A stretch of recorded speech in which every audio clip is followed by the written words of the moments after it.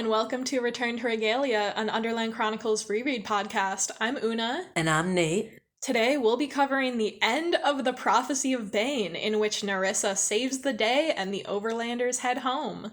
Are you excited? I am very excited. What'd you think about these chapters? What did I think? I mean, a lot of things. I think the biggest thing was remembering as I read it that it's a cliffhanger whether or not Luxa lives. Yeah. Because I was like, oh, good, Boots is back, and now Luxa will come with her, and it'll be all okay. But no, we don't find out yet. Yeah, I always forget that too, that she's lost at the end still. Right, about to have her, like, badass, more badass. She's already pretty badass, but about to have her, like, badass upgrade. Oh my god, her took a level in badass a la TV tropes. What's that? Oh, I remember the specific name. It's like the trope of like when a character who's cool, like something happens to them or they do something and they're now more cool. Like if there's a guy and his name is like One Sword Mike, he'll get two swords and he's Two Sword Mike. I didn't sleep enough last night. I just want to put that out there real quick. It has been a long week. Yeah. We're recording on a Friday. Yep. And it's been a long ass week. Yeah. But we're gonna have a great episode. We're gonna soldier on. It's gonna be really good. You ready to get into it? Yeah. Okay, where we left off, Nerissa just sunk to the floor in relief because Gregor told her he didn't kill the baby Bane. Chapter 26 starts with the narration saying, "She sat on the floor rocking back and forth, laughing, the very picture of madness. Man, somebody needs to help this girl," thought Gregor. The whole time I'm reading this, I'm wondering, like, what is, like, I don't think we can diagnose her with, like, a real thing, and I'm not interested in that, but, like, What is wrong with Nerissa that she's so different from the other Underlanders? Like, my first thought was, like, girl's got a vitamin D deficiency, that's rough, but, like... But they all do. Yeah!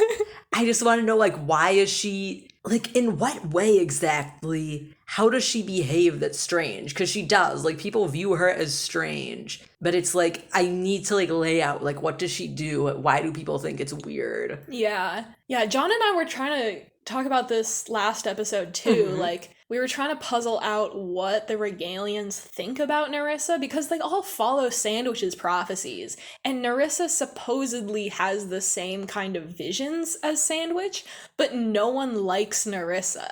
Yeah. Or believes her. So, like, why is she different? Maybe it's like how back in the day, a guy was like, I'm Jesus, and everybody's like, that's cool, we're gonna make the Bible from that. And nowadays, if you're like, I'm Jesus too, people are like, get the fuck out of here. Like, you don't have that distance of time and, like, tradition. Yeah, yeah, and you weren't the first one. Right, yeah, right. Yeah. Stop stealing his valor, Nerissa. Get your own thing. Yeah, it's just like, you'd think that she would have some sort of following, or like people would revere her more for her power, but like they all think that she's crazy and weird. And it's interesting because like Gregor and the Underlanders have really different like values and views, but they both are united in thinking that Nerissa is weird. Yeah, and Gregor thinks about it a lot. Like, he has a lot of comments in these chapters about how weird Nerissa is. If I had read this when I was like in 5th grade, Nerissa definitely would have been the person I wanted to be. You aspired to be just like like, you know, the weird girl. Like, I would have made my Underland OC would have been like really similar to Nerissa, but with like more colorful hair. I can envision it. I love that you know yourself so well that you can like put yourself in the shoes of like 10-year-old Nate and think like, oh yeah, like he would have done this. Yeah. I'm very similar. I mean, I have Underland OCs that I made in like middle school. Oh my god. I don't think that I made them like Nerissa though. I can't remember exactly. Maybe I'll look through my old sketchbooks and try and find what I drew of them. Please do. But yeah, Nerissa's the best. Vicus asks if Nerissa is feeling all right, and she insists that she's all good, and in fact, everyone is great, because Gregor fulfilled the prophecy. She tells Vicus, "The baby lives, so lives the warrior's heart. The Nars do not have their key to power." Vicus is shocked by this revelation, and when questioned by Gregor, he explains that the baby in the prophecy wasn't Boots like they all thought. It was the Bane. Gregor couldn't kill the Bane because he knows killing a baby is evil, and doing so would have broken his heart forever. Vicus marvels at how badly they always misinterpret Sandwich's prophecies until the true meaning dawns on them. Which is so funny. Yeah. He's like, man, we always do mess this up, but we're just gonna keep going. Yeah, exactly. They need to just have like a lateral thinking team in the in the palace who's just like, okay, let's just. You need to stretch your brain. Here, have some riddles. Yeah. Exercise your brain stuff. Yeah. I just think it's funny that, like, I mean, this goes into the whole theme of, like, are the prophecies real, or are we just interpreting them to fit what actually happened? But it's funny that Vicus is like, we always misinterpret them, and it's like, no, it just didn't happen like how you wanted it to. Right. Yeah, and it's just like, it's just a coincidence that you're able to kind of twist the meaning. I mean, in basically every book, there's kind of like a plot twist with the prophecy. I guess not so much in the first book, but like Gregor thinks that he's the one who has to die, and then he ends up living, and Henry is the one who died. And then in this book, it's the Bane and Boots' switch. And then in the next book, there's like the plot twist of like, actually the cure is in Regalia. And at the end of each book, they kind of have this revelation, and they're like, oh, it was like this all along, or whatever. And I guess I don't have like fully thought out thoughts about that yet. I mean, it just like makes sense from a storytelling perspective. Like, it's so satisfying when you read a mystery and it's like, oh, now it all makes sense. Like, you go back and like all the clues add up. And it's like interesting that they're doing that in their real life. Like, it's so cool for the book. And I was like, wait, you guys, you're not supposed to do that in real life. Also, tell me if we're going to go into this, but it's interesting to me that as soon as they like come to this conclusion, Vicus is like, yeah, if Gregor had killed the Bane, it would have started a huge, massive war. Yeah, I was thinking about this too. Like, he's immediately just like, oh yeah, it would have been bad if Gregor killed the Bane because it would have broken his spirit and also started a huge war. And it's like, so that wasn't true before? Like, right. What the fuck? It's just like, now that I think about it, probably sneaking into the rat's home and like murdering one of them would probably be a bad PR move. Yeah, truly. You know, now that I really just sit down on the floor with my ambiguously ill grandchild. I think that Nerissa is actually not even on Vicus' side of the family. Oh shit. They're not even related. She's also all of that. Or I think Solivet and Vicus are on Lux's mom's side, and then Nerissa and Henry were on Lux's dad's side. So, okay. Like, Nerissa is not at all related to Solivet or Vicus. Okay. This is actually vaguely related. I was wondering, because we see in this, like, the throne is hereditary. Yeah. I'm wondering if they're supposed to be descended from Sandwich. Because I feel like that would be... Yeah, I feel like people have speculated about this, and I guess I always assumed that it was something like that. But it's also interesting because Vicus is never like, yes, Sandwich was my great-great-great-grandfather. Like, right. And also, just the fact that, like, the Underland is so dangerous. Surely there have been, like, total family wipeouts. That's true. And they just have to, like, pick a new family, which is what would happen if, like, Nerissa abdicated. They would have to pick a new family, and it would probably be Vicus. Uh-huh. But yeah, like, what you were saying about it wasn't true before that it would have been bad if Gregor killed the Bane, and I guess it kind of is, like, with the revelation that the Bane is a baby. Right. Then, but, like, the rats still would have been mad, even if the Bane was an adult. They would just are, like, more outraged if it's a baby that Gregor killed. Right, because it's still, like, a super important person, a super important rat for the rats. Right. It's not like they would still hate the humans, like, the same amount. Right. They can't hate the humans anymore. They'd be like, you know, I guess this could have been worse. Like, if it was a baby, Right, and that wouldn't mean anything to them. Right. Yeah. So I think Vicus is just, like, very sandwich pilled. Yeah, he's a sandwich pilled prophecy cell. let's just end the podcast. Let's just end it there. Oh my god. We'll pick it back up in 2024. Oh, that was just, yeah. Vicus quotes the stanza of the Prophecy of Bane that talks about a barely speaking pup who holds the land of under up. Nerissa points out that the prophecy even uses the word pup, which is the word for a baby rat. Vicus thinks if Gregor had killed the Bane, like this is what we were just talking about, right, the whole Underland would have erupted into total war, and he suddenly is like, Gregor, taking the baby to Riprid was a stroke of genius. And it's like, It was before. Like, but yeah, I guess this is like the first moment that Gregor has been able to convey to them that it's a baby. Uh-huh. So everyone is like thinking that he took an adult rat to Rip Red. Oh, okay. So it makes slightly more sense, but it's still like, oh, so now you're all on Gregor's side. Like, yeah, you were totally ready to throw him under the bus before without even knowing the full story. And now that you have the full story, you're like, wait, I mean this other thing. I take it back.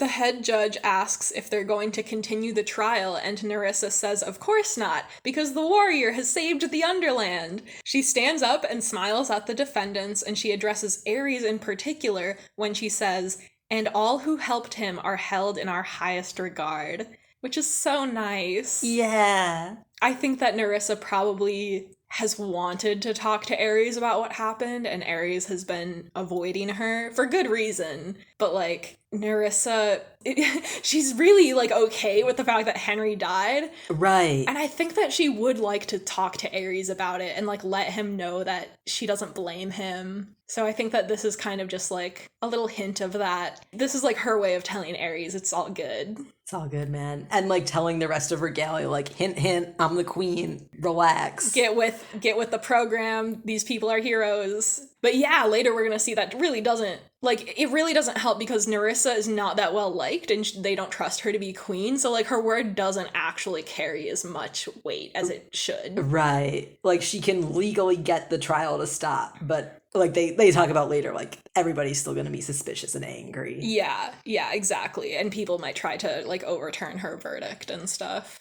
Nerissa invites the group to dine with her, and they all go to a private dining room where they're served the huge feast that was meant to be for Nerissa's coronation. Just in case you were worried, it does specify that Rip Red's favorite shrimp and cream sauce is there. Oh, thank God. Just in case you were wondering. I also like that Nerissa says, like, don't worry, I don't usually eat this well. Like, she knows. She's like, oh, this is a bad look. Yeah. She's got some kind of, like, self-deprecating humor, or not quite self-deprecating, but she's kind of like, oh, I'm the queen now, but I'm not usually like this, kind of thing. Right. She's probably lived her whole life, like, thinking she would never be the queen. Yeah. And now she's like, oh, wow, okay. And also, is this the book where at the beginning Solivet and Rip Red are talking, and Rip Red's like, the Nars are starving, and Solivet's like, oh, really? Yeah, that's right. That does happen. Seems like so long ago. Yeah. Everyone digs into the food except Nerissa, who apologizes for not being more social and explains she's preoccupied with her grief for Luxa. Gregor is glad that they're all acknowledging how miserable everyone is so they can continue eating in silence. After dinner, Nerissa sends everyone to the hospital, which arguably they should have done first. Right? I was like, when I read that, I'm like, hang on. I'm like, I guess I would have also done that too. Like, yeah. Like, if I was like, I want to eat before I go to the hospital. That's true. Hospital food ain't good. Right. Coronation feast is much better. Yeah. But, like, they're all fresh off their adventure. Like, none of them have had a bath yet. They're probably just, like, total wrecks. Right. And it's like, I would have at least wanted to take a bath first, I think.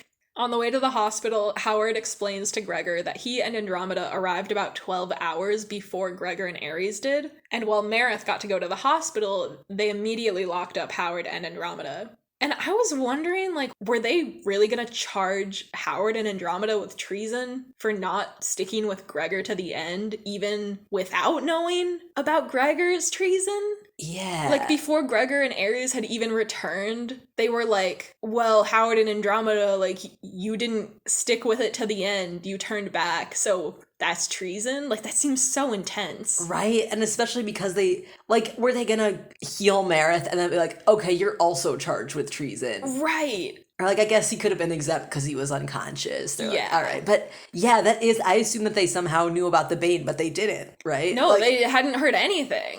They're so, like, the Regalian Council, I know it's, like, kind of the point, but they're so ridiculous sometimes. Yeah. I'm like, this is counterproductive, you guys. Yeah. That definitely is, like, the point of them as like a narrative device, but yeah, it's very frustrating. Right. They're very harsh and they're very unforgiving. They're very much like sentence people to treason and ask questions later. Yeah, like they're not gonna wait to hear the whole story before making judgments. Right, like they don't, like literally all that Howard and Andromeda can say is like, yeah, we don't know what happened. Right. And they're just like, well, maybe Gregor will come back and be like, yeah, I killed the Bane, everything's great. I'm so glad that my friends Andromeda and Howard made it home. And I was just like, awkward moment, we killed them. Yeah, that's such a good question of like, what would they have done if Gregor hadn't come back or hadn't come back for like a while? Like he'd taken too long to come back and they already had like gone to trial. Like what would have happened? Right. Yeah. I have a question. Like, what if he had killed the Bane? I think I wrote this down somewhere else later, but like, were they just going to let Howard and Andromeda go free if Gregor had killed the Bane? Because then they would be like, oh, well, everything worked out in the end, so we don't need to charge anyone with treason. Right, and like, would it have made a difference if Gregor said, like, I assume they said Gregor told us to come back. Yeah. And that wasn't enough. So if Gregor had said, no, I told them to come back, would they have been like, oh, we have to listen to the warrior? Or would they have said, well, they shouldn't have listened to you? And they should have... It's so complicated, and they would probably just be very hypocritical about it. Yeah. The Regalian justice system does not make a lot of sense. Yeah. Much like some other justice systems we know. In the hospital, Gregor gets to take a bath for the first time in over a week. He takes stock of his injuries, including the squid sucker marks on his arm, his aching ribs from the rope that was tied around his waist when he dove into the whirlpool to rescue Twitchtip, a bump on his head from Ripred slamming him into the ground, various bruises from the stoning, and rope burns on his wrists from being bound. Damn, that's rough. Yeah. I love that all of this is like mostly like terrible things that happen, and also Ripred was just like, fuck this kid. Yeah. Ripred just had to add his own injury to everything that had happened. Right. He's like, well, it's his head. He's not doing anything useful with it. You have such a good Ripred voice living inside you. Thank you. That's the best thing I've ever heard. After he bathes and the doctors treat his wounds, Gregor meets back up with the others. Howard suggests they get some sleep, and Gregor asks if that's safe, since even though Nerissa decided they aren't guilty, that doesn't mean the rest of Regalia agrees. Howard leads them to a set of chambers reserved for his family, reasoning that they'll be safe with each other nearby. Gregor's just relieved he doesn't have to go back to the room he shared with Boots, which is so sad. There are multiple rooms, but they all decide to stay in one together. It's like, oh yeah, post-quest slumber party. Yes. Post-traumatic stress pile. Oh, man. They're just, like, celebrating the fact that they were found innocent. Yeah. And I like that Howard is like, yeah, my family's probably heading here because they know I'm on trial for treason. Like, right. That's rough. Yeah, like, yeah. Do you think his family is going to still be mad at him for turning back? Ooh. I get the feeling that Howard's family is probably nicer. Oh, right, because they're from the Fount. And they're not as intense as the Regalians. Right. We also meet his parents later at different points in the story, and they seem pretty nice. Nice. York and Susanna are his parents. Nice. Yeah. He's living under New York, and his name is York. Does he know? Is he like, this is so cool, I'm York, and that's New York? Or does he not even know that New York exists? Oh, yeah. Was he named after New York, or was he named after the original city of York? Yeah, I feel like he must have been named after the first York. The first York. Although I guess you probably wouldn't name somebody New York. Did you ever read City of Ember? No, I feel like you've told me about this. Okay, in one of the books, they like meet some characters who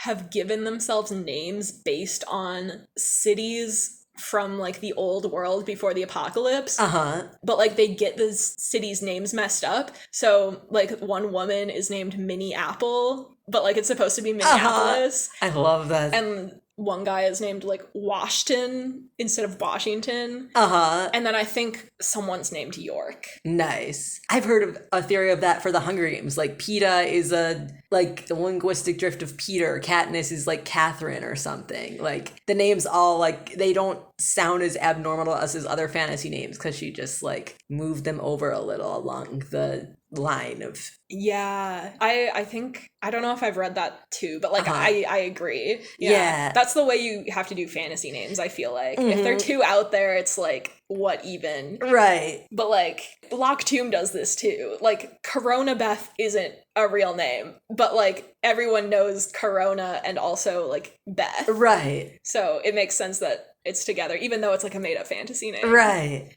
Oh, where the fuck were we? It's been such a long week, man. This is gonna be a long episode. We gotta get moving. I'm just gonna drink some more water. Yeah, this is a marathon. Okay, they're having their post-traumatic sleepover. Yes.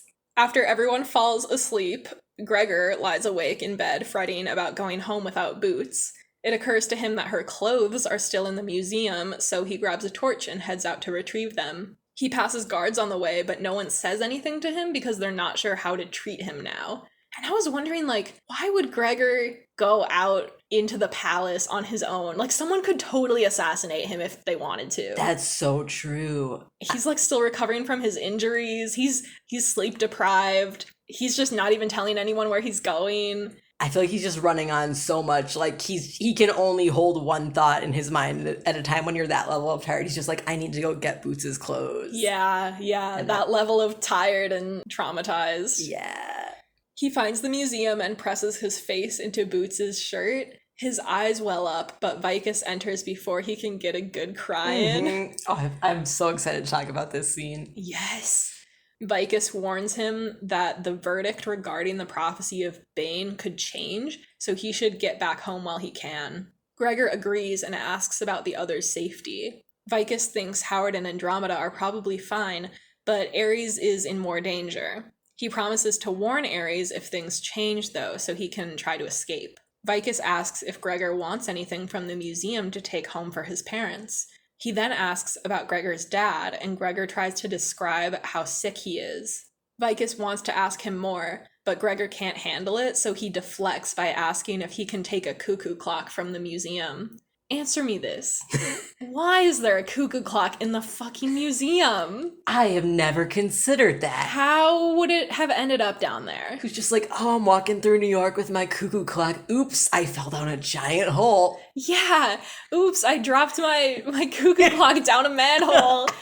Like, why is it there? That's so true. Is it like, did Rip Red steal it from the library for fun and just leave it somewhere? Why would a library have a cuckoo clock? Yeah.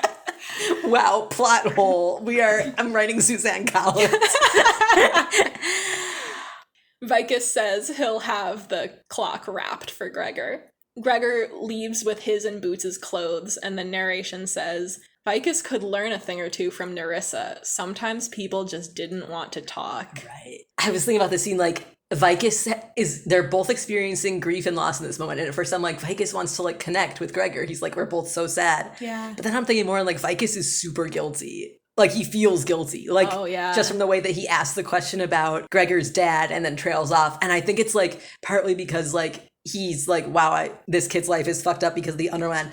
But also he realizes Gregor doesn't seem to like grok this yet. But if the prophecy was wrong about who the baby that died or would not die, then it means that Boots, like her death, she didn't have to die. And to Vicus, I feel like that would make her death feel much more unnecessary. Like it's either way, it's bad if she died. But now he knows that he assumes that she's dead. And it wasn't part of the prophecy. It was just a bad thing that happened. You were so right. And I think he just feels so terrible. I never considered that. Yeah, I think Gregor probably hasn't thought of that yet. Right, because he doesn't like, the prophecies are way less important to him. But Vicus is like... Vicus lives and breathes those prophecies. You're right, yeah, because if the Bane is the baby, then Boots' death is just like a bad thing that happened on the way. And right. It wasn't like foretold, it wasn't predestined the way that the Bane being spared was. Right. And it's also interesting that like also when Gregor hears this, and apparently also when Vicus hears this, neither of them are like, oh, then maybe Boots is still alive. Right.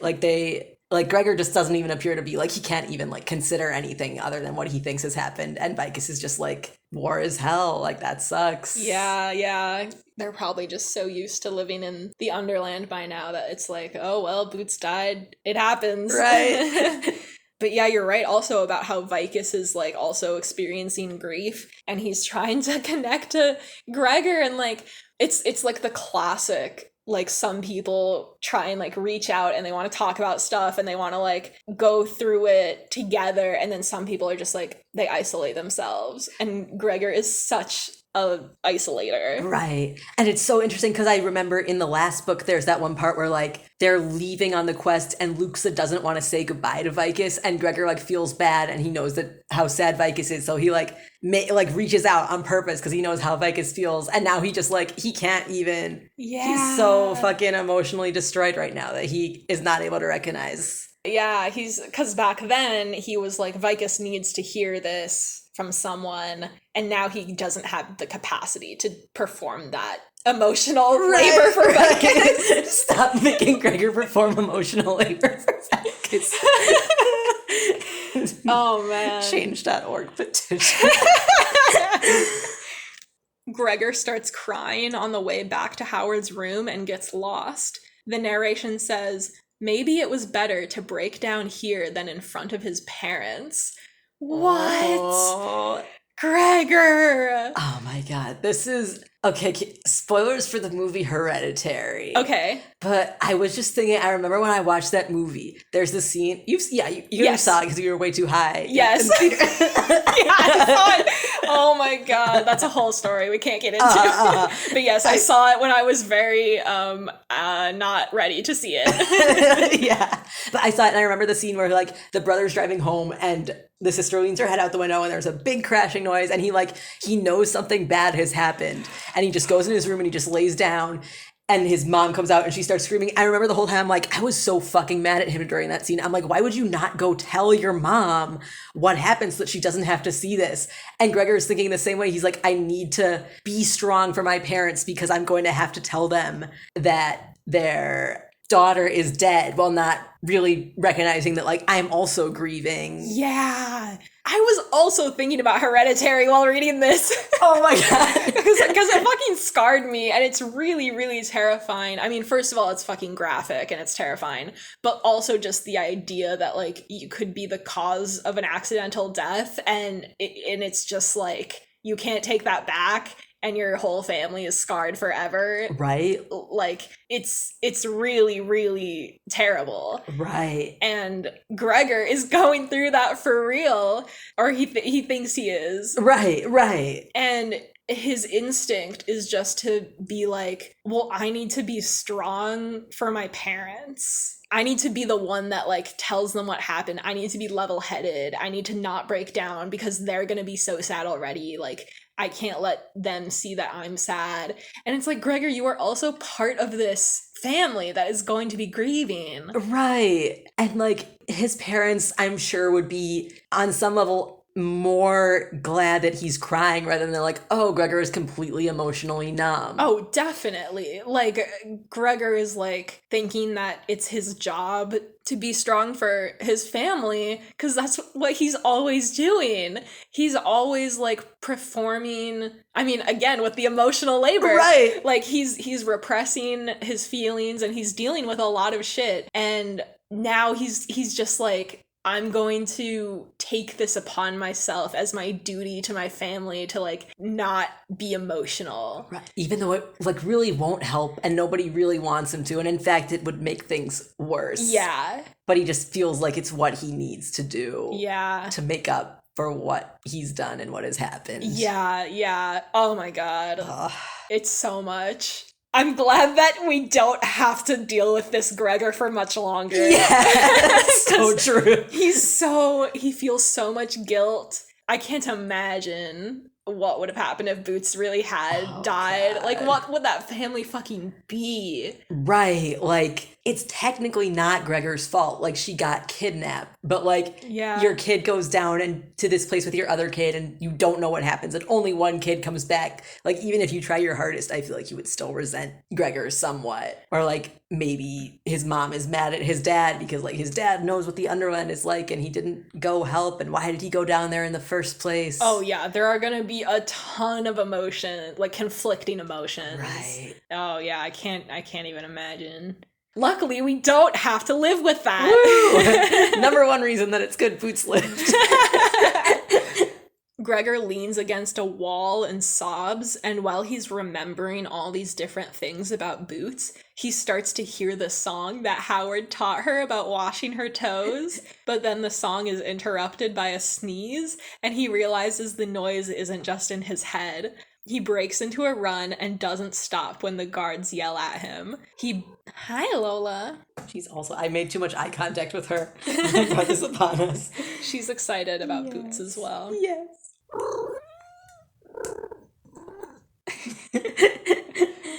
He breaks into a run and doesn't stop when the guards yell at him. He bursts into a room and sees Boots surrounded by 6 cockroaches, singing the song and pretending to wash her toes. The chapter ends with Gregor sweeping Boots up in a hug and her saying, "Hi, you." Yeah, man. Yeah. Oh, it's such a relief. Literally. Oh my god. John and I were talking last episode, when you first read this, did you actually think that Boots was dead? I'm trying to remember. I honestly don't know. I feel like I was just like, but she couldn't do that, right? Are they allowed to do that? Are they allowed to kill a child in this book? Because I read these books so long ago that I can't remember the first time I read them, so I don't like remember what my reaction was. Uh-huh. I mean, maybe I was just reading so fast that it didn't register to me. Right. Like I didn't have time to predict what would happen because I just wanted to know what happened. That happens to me even when I read things nowadays. It's funny. It's so good that she's back, and I love the, like, Gregor thinks that he's hearing things, and he's like, I've really gone crazy now, like, I'm fucking losing it, and then the sneeze is like, oh my god. He's like, I'm not hallucinating that. I love that too. Yeah. It's so perfect.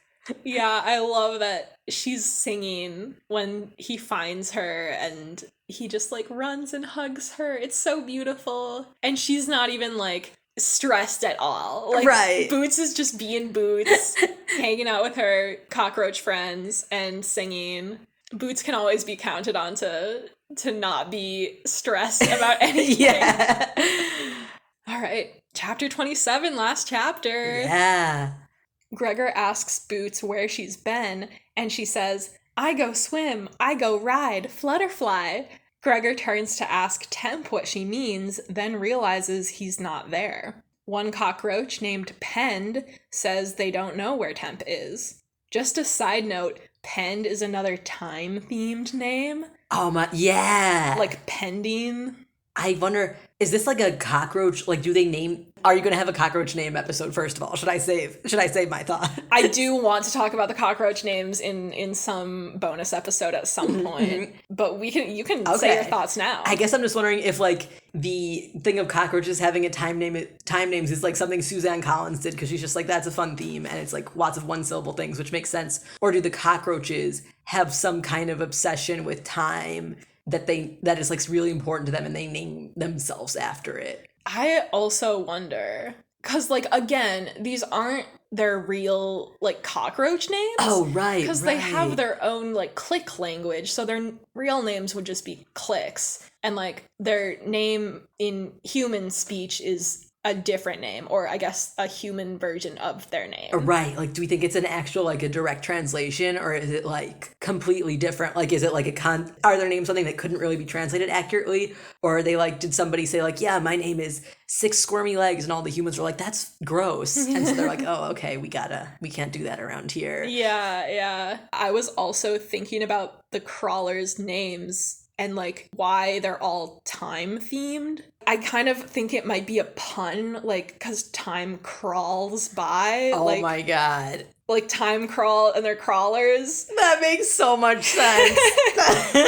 You think Suzanne Collins just writing this at 3 a.m. like, oh, this is gonna be fucking hilarious. But that also would have worked for flyers because time flies. Oh yeah. I was wondering if it was like we don't know how long the bugs live, but I feel like bugs usually live shorter than humans, so maybe they're just like, our lives are brief and that's important to us now that there's other animals here with much longer lives. Yeah. Because rats, I guess we also, we don't really know canonically, like it seems like Rip Rat and Solbat have known each other for, years, and rats only live in real life, 2 or 3 years. I feel like just the lifespans are different in the Underland. Yeah, maybe. I assume so. Yeah. But the whole longevity is a theme for the crawlers. Ooh, is it? I don't even remember. In the first book, Vicus has this whole speech about how the crawlers have been around forever, and even though they aren't good fighters, they survived all this time for a reason.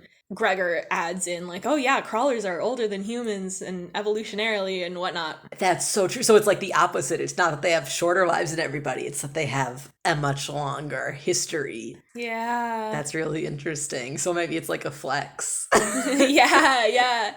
Yeah, I'm not sure if that's, in world, though. I'm not sure that the crawlers actually care about that. Okay. Or if they have enough cognition to be thinking about, the philosophy of how long they've been around. But also, I might be underestimating them. Right. It's really wild that everyone in the book except the Regalians is canonically speaking in a second language. And that, they don't seem to be, hampered by it, but we don't really know the full how they arrange their thoughts and speech in their societies because we can't know that. Yeah, and I mean the crawlers already have their own kind of syntax that's redundant. Right. That might be hinting at the way that they normally speak in their language. Right. Oh my god, Arrival, when we watched Arrival. Yeah. And it's just the whole thing of their brains are completely different because of how they process language and sentences and how they arrange things. We don't even know if aren't there animals, we talked about this, they just release a smell and the other animal smells it and they're yeah, we're grooving. Yeah. We don't even know how the crawlers are really understanding each other. Yeah, exactly. It's probably much more than just speech. Right. The same way that we use body language. Right. As cues. The crawlers have their own body language that the humans probably aren't aware of. Right. That's so true. Yeah, they never, Gregor is never or maybe he is, I don't know, he's never Temp twitched his antennas nervously because that wouldn't register to him. I think maybe sometimes he describes Temp's antenna were drooping or sadly or whatever. Yeah. Okay, you're right. Yeah. But yeah, I like where your head's at with that. Thanks. Do you see why I need to talk about linguistics in this series? I do understand. Gregor realizes Luxa and Aurora aren't here either. Vicus enters and is excited until Gregor tells him only Boots made it back. He thanks the crawlers for bringing the princess. First of all, I love that Vicus recognizes Pend and calls them by name. Oh, I didn't even catch that. Yeah, Vicus immediately is thank you, Pend. Yeah. Because isn't it a big deal at first that Boots is able to tell the crawlers apart? Yeah, and I think Marith is telling Gregor that most people can't, but Vicus is better than most. Nice. But even Boots is better than Vicus. Nice. And I'm sure he's worked on it because it's diplomacy to be able to Yeah. And meanwhile she's just naturally good at telling bugs apart. I also love that Vicus refers to Boots as the princess. Yes. Even though to the humans she's not a princess. He's just using the crawler's word for her. And when literally the person who is the princess to him, which is Luxa, has not returned. Oh, that's right. Oh, that's a good thought. Mm-hmm. Yeah. I like that he's making the choice to call Boots the princess in the presence of the crawlers, because it's almost like he's respecting their belief in her. Right. They clearly think Boots is special, so he also is playing along to that. That's so true. And I feel especially in the first book, it's kind of played for laughs. Oh, they think, and we're also oh, they think Boots is stinky. They love Boots because she smells so bad. Mm-hmm. But it's she is a legit important figure to them. Yeah. she she can tell them apart. She's like, she gets the other Underlanders to like care about them more. Yeah. Like, yeah, Boots is a very important figure because the crawlers care about her so much. yeah. She has a ton of sway over the crawlers, and honestly, the crawlers have a lot of power, even though Right. a lot of people don't recognize it. Right. And part of that is because they are like, they got in good with the Warriors' little sister. Yeah. Damn, the 5D chess everyone in this series is playing. Truly.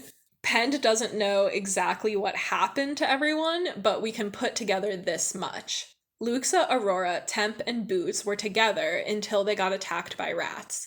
Luxa told Temp to take Boots and run. Temp and Boots made it to the Deadland, but Temp was in bad shape. A friendly moth found them and agreed to take Boots to the Crawlers' land. When the Crawlers went back to look for Temp, he was gone.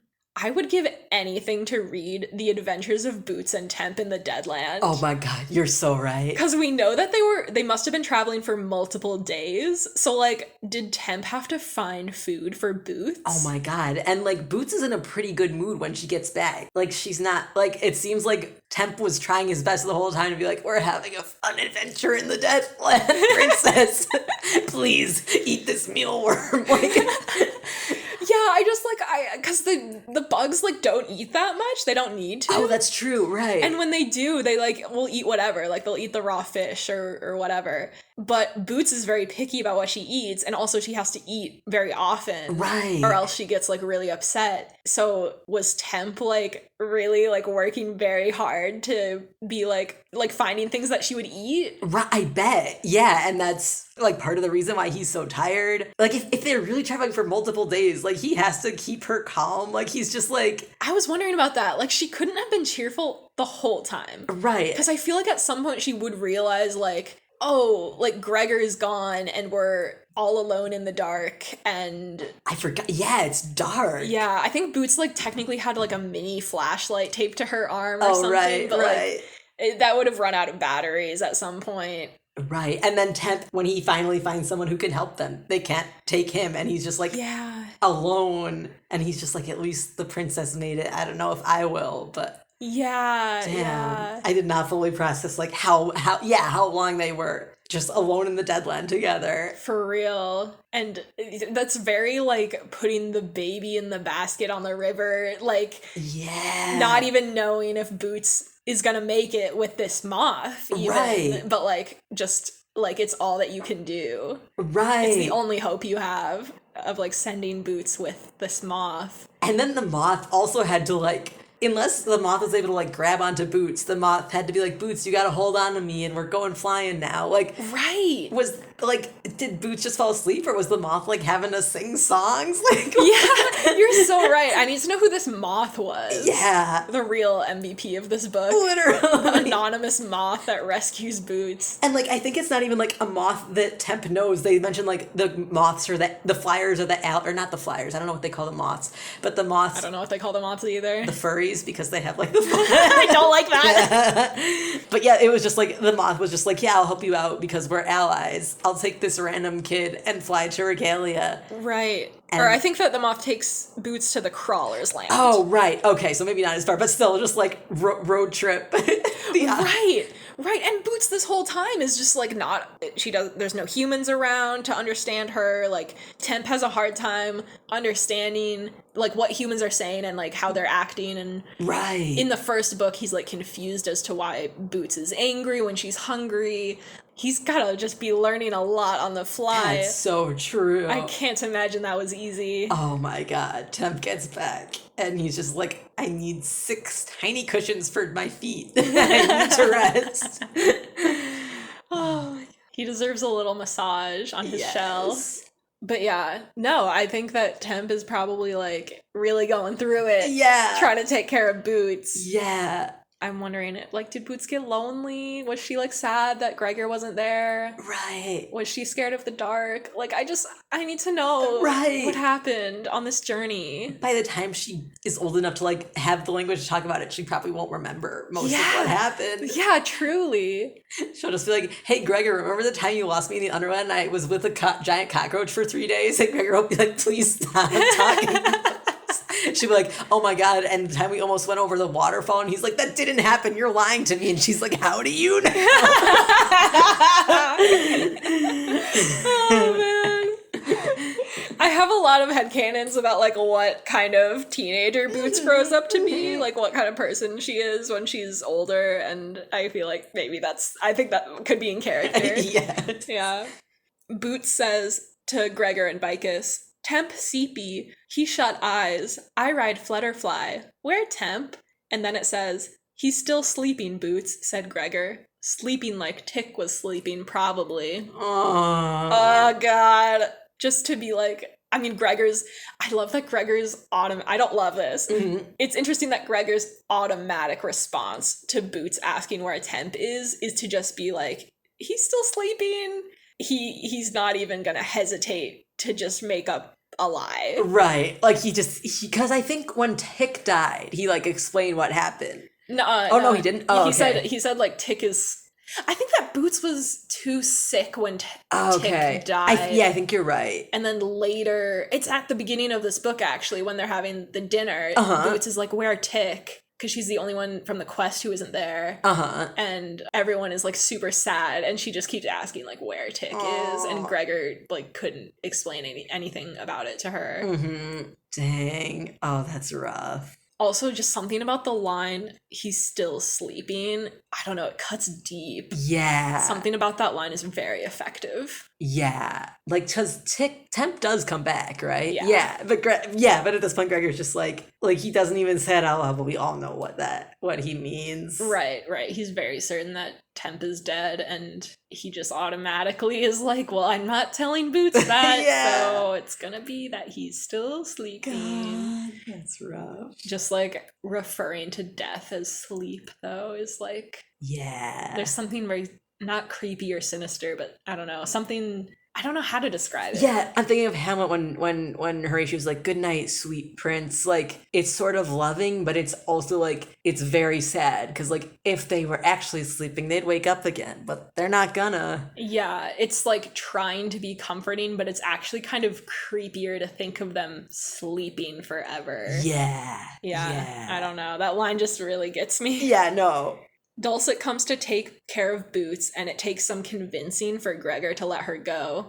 Vicus and Gregor go to another dining room to debrief, and then Boots and food are brought in. While Boots eats, Gregor tries to get more info out of her. He asks her what happened after they saw the dinosaurs, meaning the serpents. She manages to convey that she was in water, what she calls a baby pool, and she bumped her head. Gregor thinks this means that Luxa took them to the tunnel Twitchtip pointed out before they got separated, and it flooded with waves from the serpents.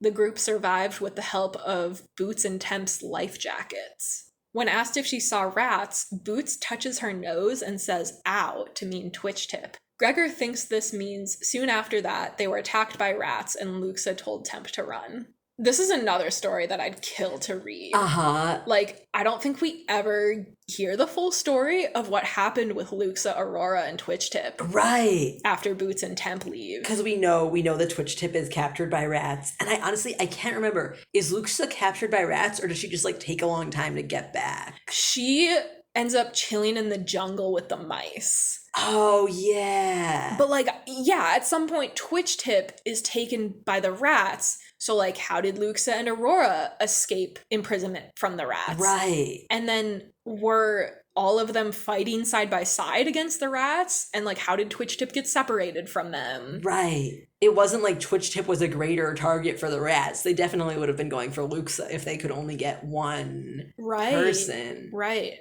I wonder if Twitchtip did a similar thing of, like, you run and I'll stay here and hold them off. Right. She just, like when she already told Gregor, like, leave me here. I can't go any further. And she's like, and she just does that again. Yeah, because I think Twitchtip is probably still in, like, really bad shape. Right. She can't run or fight very well, so she just is taking the opportunity to tell Luxa and Aurora to get out of there while they can. But I'd love to read how it all went down, because I don't think Luxa ever gives us, like, a detailed description of what exactly happened. I'm sure. I wonder, like, how much she was even able, like, what does she think has happened? Like, she doesn't know where Gregor is. She now knows that she just sent Boots off. And, like, if something happens to Boots, Gregor's going to be mad at her, but she doesn't necessarily know that Gregor's alive, right? Like, yeah, no. Eventually, in the jungle, she does hear about how Gregor spared the Bane. Okay. And that's why in Curse of the Warmbloods, my fucking favorite scene is Luxa, like, watching Gregor drown in quicksand. Oh my god. I forgot about that. It's my favorite scene. Did you draw that? I did. Yes. I drew that. Yeah, because it's so visceral. I forgot that they don't even meet her until, like, during the quest. Yeah. Oh, man, and she's the Mouse Queen. I can't wait to get to Curse of the Warmbloods. Oh my god, it's gonna be fucking amazing. But we have to finish Prophecy of Bane first. Yep. Vicus thinks it's improbable that they all survived, but Gregor tries to give him hope by saying Twitch Tip would have been able to lead them out of the maze, or maybe they were kept alive as prisoners. Then he regrets saying this because he knows what being imprisoned by the rats can do to a person. He tries to course correct and tell Vicus that anything could have happened to them, and he shouldn't give up hope. Boots finishes eating and pushes her plate off the table, which is like, that's unnecessary. Yeah, Boots. that's so funny. Vicus asks her if she wants to go home now, and Boots says yes. Gregor tries to offer to come back and help look for Luxa, but Vicus insists that Gregor leave in case the council reverses Nerissa's verdict. Vicus says, "For now, you must go home. You have worries of your own there, yes?" And the narration says, "Well, yes. Gregor had worries wherever he was." Oh my god. Man. I don't even have, like, fully thought out thoughts about this either, but just, like, this line, "Well, yes, Gregor had worries wherever he was," is on its own line, and, like, it's just, like, the crux of the whole book is that no matter where he goes, it's just torture. You're so right. Like, at least Vicus just has, like, one world that he has problems in. Like, Gregor comes down here and there's a fucking war, and he goes back up and he has the economy again. Yeah. Gregor has to deal with capitalism in the Overland. Vicus, give him a fucking break. Oh, I'm gonna talk about that later when we get. Okay, I can't wait. Okay. Soon the Overlanders are down on the docks, climbing onto Ares' back. Gregor says goodbye to Andromeda and tells Howard to leave a note in his laundry grate if there's any news about Luxa. I noticed that Gregor, he's talking about Luxa, Aurora, and Temp to Vicus and to Howard in this scene, but the narration just says Luxa and the others. Like, he's fixated on the fact that Luxa is like, he's just is like, Luxa's the main person that I care about. Yeah. That's funny. Nerissa gives Gregor a scroll and says, "The prophecy, so you can reflect on it sometimes."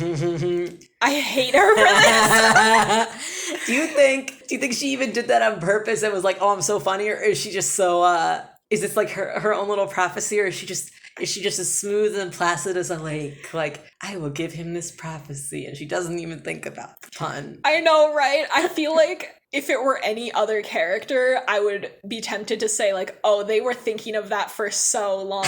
Like, they couldn't wait to pull that out on Gregor. But Nerissa doesn't seem like the type. So I think that she just, like, meant it, like, literally. Like, she's not understanding how funny it is, or, like, ironic, or, like, how cruel it is to do this to him. Like, without warning him that it's not right. It's not the Prophecy of Bane. Because one thing I was thinking, like, Vicus, he deliberately does not give Gregor the prophecy. Like, he wants to give him a break this time because he feels so bad. Yeah. But Nerissa is like, no, man, I know you're going to be back. Yeah, I don't think she thinks that through, though. I think that she's just like, the warrior should have the next prophecy. So I don't think she's thinking through the fact that it's like, it's really funny that she says to reflect on. I think, right. Or she's not trying to be like clever or whatever. That's just how she is, which I love. Oh yeah, the narration says, "What did she think Gregor was going to do? Take it home and frame it?" Which is great. Yeah. Vicus gives him the packaged up cuckoo clock and medicine for his dad. They say fly you high to each other, and Boots says, "See you soon." The narration says, "Last time, Gregor had been horrified to think that they would ever return. Now, with Luxa and the others on his mind, he felt reluctant to leave." Again with the Luxa and the others. Oh my god. Like, Luxa's the only one he names. Getting very obvious, Gregor.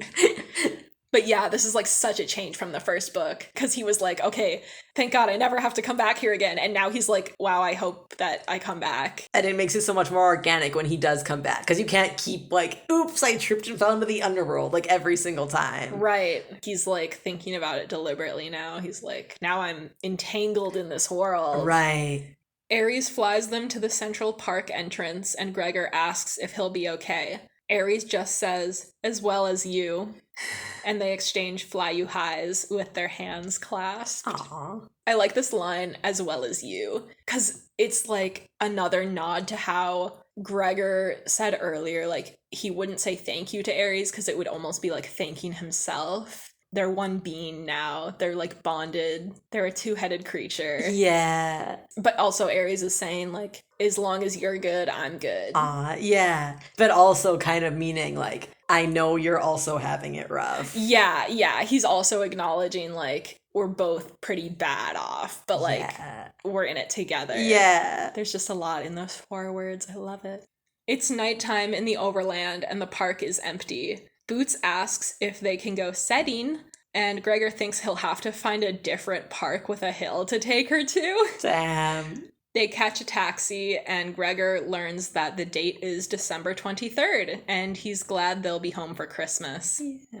Boots falls asleep in Gregor's arms, and he thinks about the Bane and how similar the two are. Gregor wonders what will happen when the Bane's grown up in a year, if Rip Red will do a good job raising him, and if good parenting will even make a difference. Isn't that the question? Good things to be thinking about, Gregor, going into the rest of this series. He also thinks about how he'll have to be careful not to get into fights now that his Rager abilities have surfaced. He starts to think about asking Rip Red more Rager questions when he next goes to the Underland, and is shocked by his certainty that he'll be returning to help his friends. As soon as Gregor gets in the door with Boots, the whole family is awake to greet them. Before he answers their questions, Gregor finally gets some sleep, and in the morning he tells everyone the story, but he does his classic thing of softening the bad parts to not scare them. I want to know, because he doesn't say. Does he tell them that he thought Boots was dead for a while? That's true. Did he say, like, I thought that I would be coming home without her? Because, like, she could say, like, oh, I was in the dark and I was like a cockroach, but, like, he could say, like, oh, yeah, that was this, and not tell them. That sounds like something he would do. Right? Just, like, completely skip over that part. Right, because he's like, oh, well, it didn't actually happen, so it doesn't matter that I was just briefly entirely traumatized. Yeah.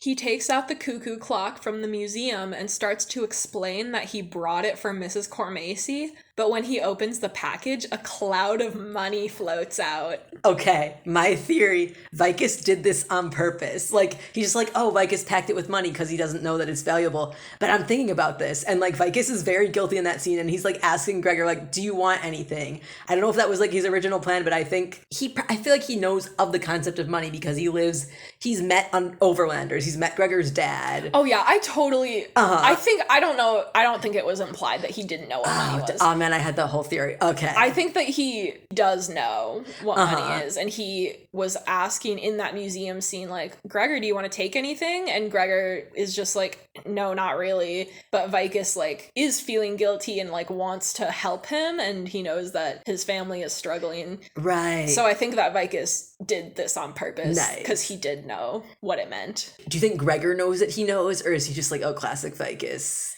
Like, I don't know if Gregor would have, if Vicus had just said, yo, we have thousands of dollars, do you want them? Like, later he accepts that, but I don't know if in that moment he would have. That's a good question. Because I feel like he's not, like, proud in that way, but also if he would be like, oh, so Boots died and you're giving me money for that, like, thanks. Yeah, or maybe right. Maybe Vicus just felt like it would feel like that, and so he had to make it more complicated. Yeah, because I don't think Gregor is quite like an Adam Parrish type who right. would just, like, decline it on principle. Right. But yeah, and I think probably the sight of all that cash would be pretty hard to resist. Yeah. Especially for a kid who, like, is living the way Gregor is. Right, and who fully knows, like... Yeah. And also feels a responsibility to his family. Right. To do that. No, yeah, I think that Gregor, like, knows, though, because he talks about how Vicus would have had to go through all of the wallets. Oh, right. In the museum. Right, that wouldn't have been the most easily available, like, packing material. Yeah. Right, okay. And it's wrapped with, like, cloth around it. But, like, he put money inside to send it with Gregor so that Gregor wouldn't know until he got home that he had sent it.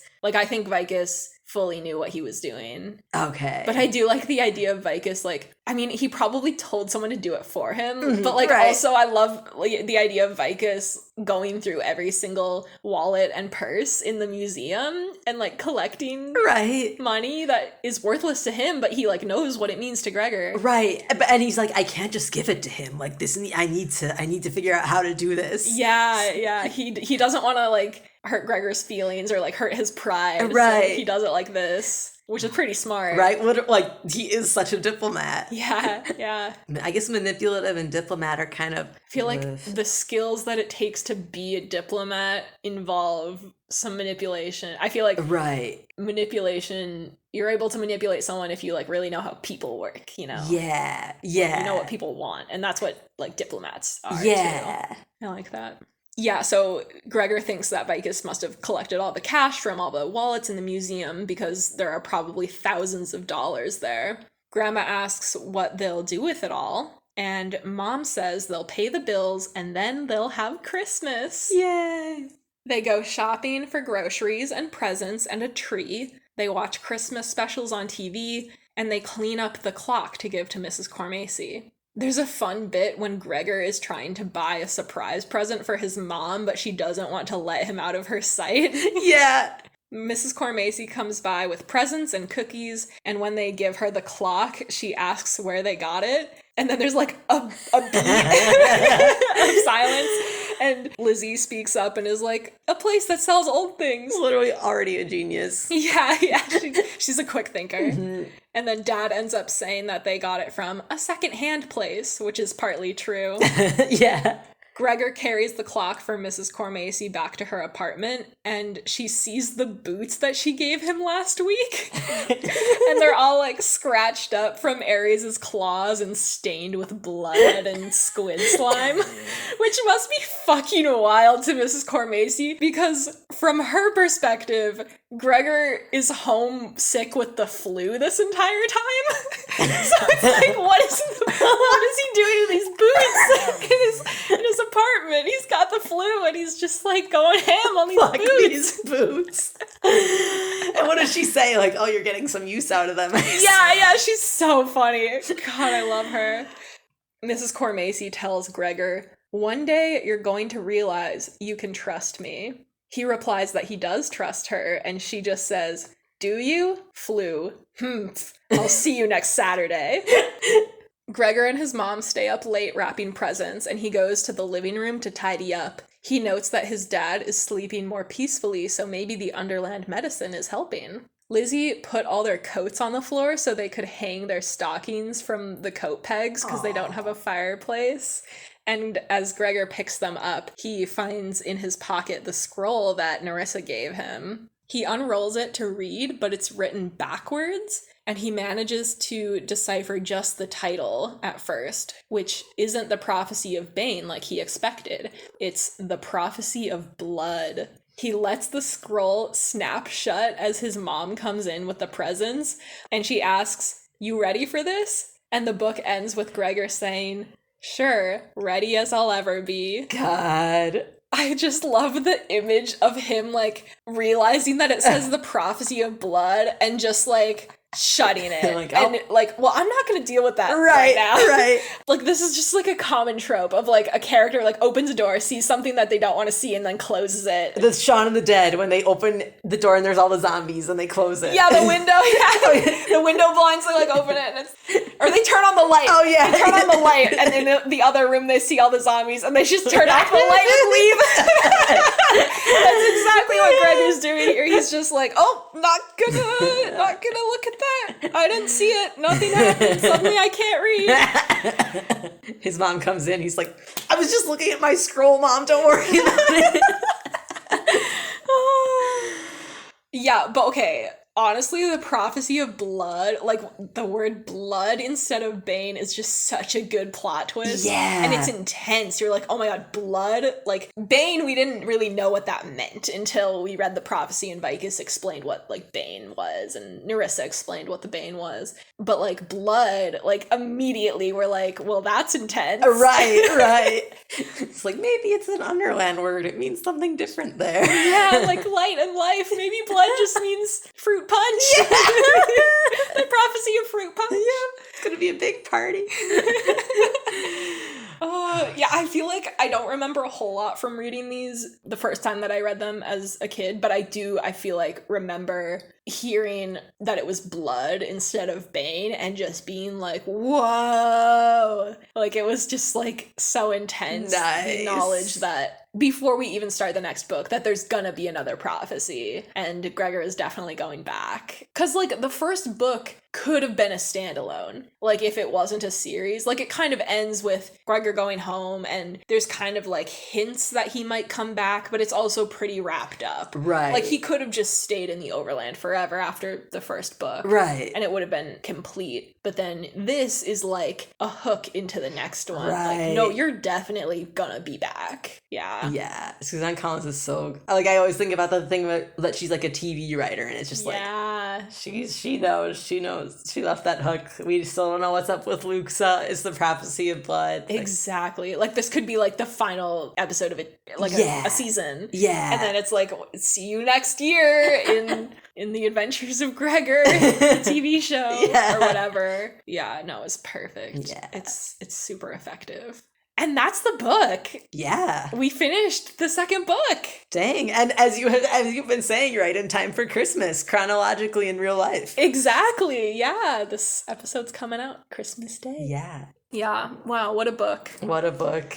Yeah, this was just another step up in intensity, as all of the books are. Right. They just go up and up in tension and Gregor's entanglement in the world, and his attachments to the Underland are growing, and he's becoming more invested in being the warrior. I feel like it's interesting because the stakes, like the outside, it doesn't hugely increase. Like, there's always a war on the horizon, and then eventually it's like, okay, the war is happening now. But, like, it still gets more intense, even though basically it's like, we thought this was going to happen and now it's happening. Well, I guess Curse of the Warm Bloods Oh, that's true. is more intense because, like, the plague might wipe out all the Warm Bloods. And then, like, Marks of Secret is when the Bane starts doing a genocide. Oh, yeah. So that's more intense. Okay, so maybe I'm just wrong. But, but on the other hand. But you're right, though, that it's like the war was always a possibility, and in the end it does come in the fifth book.